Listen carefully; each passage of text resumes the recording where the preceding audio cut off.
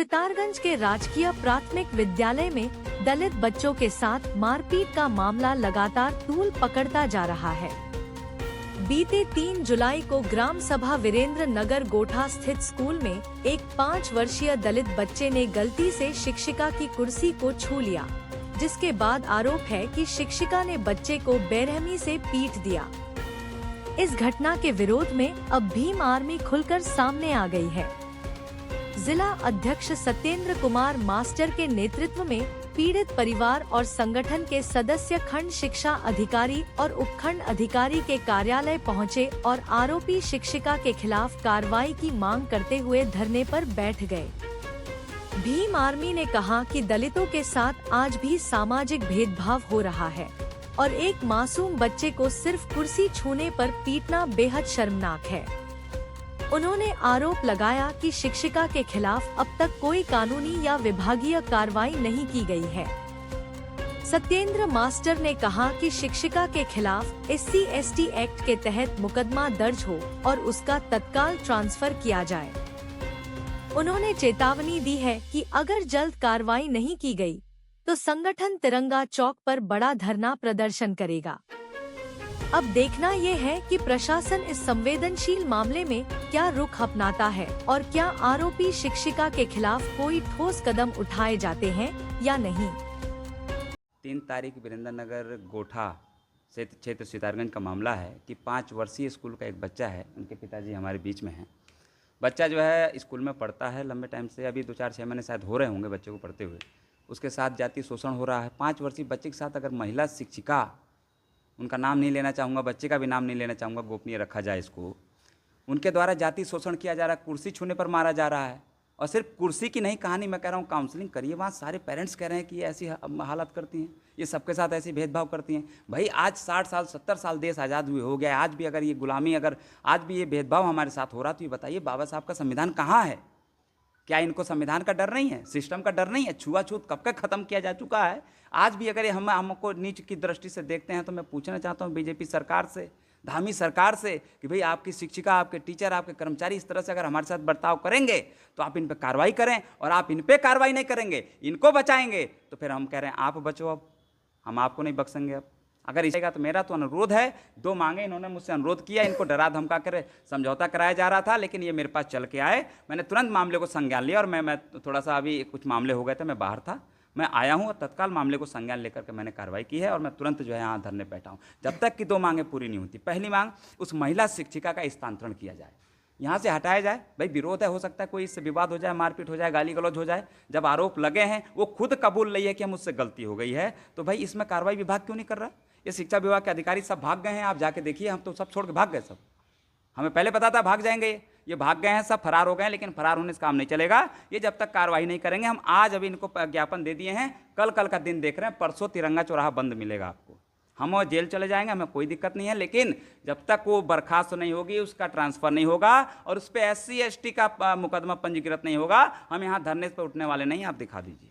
देखिए, पीड़ित परिवार ने थाने में शिकायती पत्र दिया है, FIR की दी है, वो उस पर कोई कार्रवाई नहीं हुई। आपको पता है यहाँ क्या चल रहा थाने में, हम सब जानते हैं। और हमारे कार्यकर्ताओं ने, हमारे लोगों ने, ग्रामीणों ने मिलकर यहाँ भी ज्ञापन दिया, उस पर 3 दिन 4 दिन हो गया, कार्रवाई नहीं हुई। भाई क्यों नहीं कार्रवाई हुई? भाई SDM साहब को कार्रवाई के लिए दिया, कहाँ गए सब ये लोग?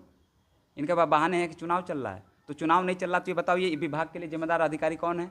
कौन ये काम करेगा? इसका जब तक ट्रांसफर नहीं होता है, तब तक हम यहाँ चैन से बैठने वाले नहीं, उनका दिमाग ठिकाने लगा कार्य करेंगे। वो एक महिला शिक्षिका है, हम उसका सम्मान करते हैं, उससे गलती हो गई, हो सकता है गलती कल मुझसे भी हो जाए, लेकिन उससे से गलती हो गई तो महिला, उसको चुपचाप ट्रांसफर कर दें आप, भाई उसके साथ कोई दिक्कत ना हो। फिर इसमें भी विभाग क्यों बचाव कर रहा है? और विभाग बचाव कर रहा है तो परसों 1-2 दिन में ताला मार देंगे हम, यहाँ सब बंद रहेगा।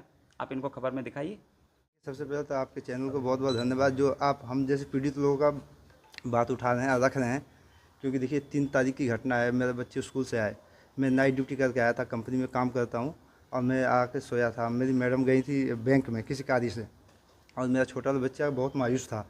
तो मैंने पूछा, बाबू क्या हुआ, मतलब मायूस क्यों हो? तो उसने छोटा ने कुछ नहीं बोला, बड़ा, मेरा दोनों बच्चे जाते हैं एक ही साथ स्कूल में।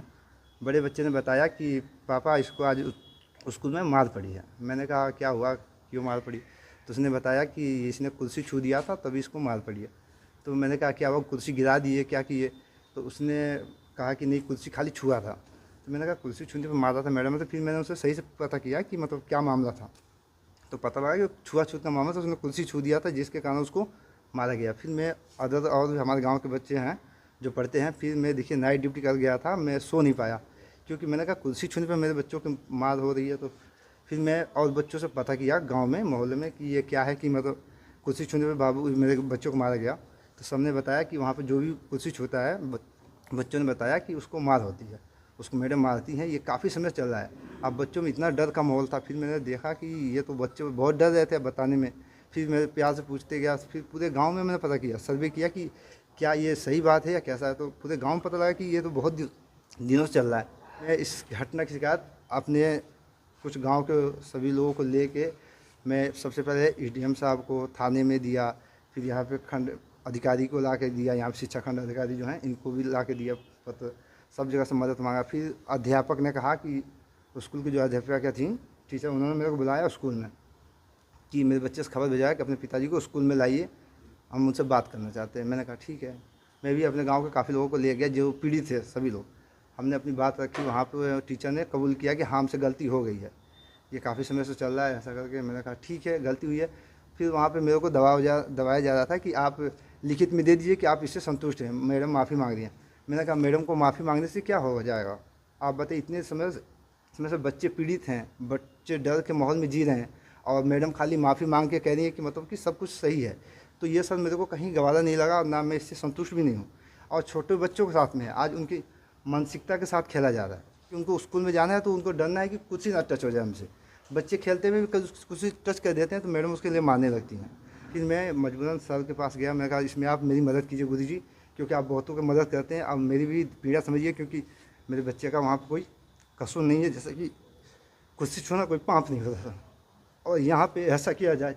देखिए सर, अगर हम समझाने की दौर पे नहीं चलते तो फैसला मैं वहीं कर देता सर। क्यों नहीं सर, देखिए अगर छोटे बच्चे के साथ ऐसा हो सर, ऐसा नहीं है कि मैं कमज़ोर नहीं हूँ, मैं सर देखिए यही मेरी पीड़ा सर। मैं चाहता हूँ कि मेरे साथ सर न्याय मिले और मैं प्रशासन से भी यही उम्मीद रखता हूँ कि मेरे संग न्याय करे। आज